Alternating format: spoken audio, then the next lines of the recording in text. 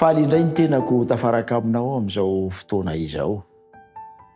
Manana antom-bavaka isika androany ny amin'ny safidy izay tokony ho atao.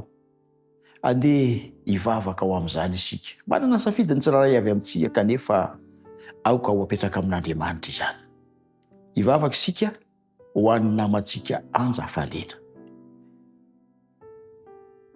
Raha io misaotra noho ny fahafahana mbola manonona tonom-bavaka toy izao. Misaotra noho ny safidy nataon'ny mpanomponao mangataka havavaka eto amin'ity fotoana ity. Anampy azy ianao eo amin'ny safidy izay ataony. Ka ny fanapahan-kevitra izay ho raisiny ny amin'ny ho aviny anie, dia ho fanapahan-kevitra iarahany aminao tanteraka izany.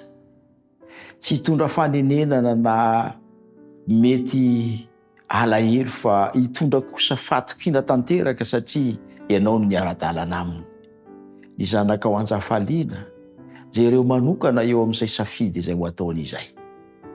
Ampio izy Tompo, ka ny fanahinao no aoka hanome azy saina, alala izay tokony ho tanterahany eo amin'ny safidy izay atao na amin'ny asa na amin'ny fianarana na amin'izay rehetra ho tanterahana.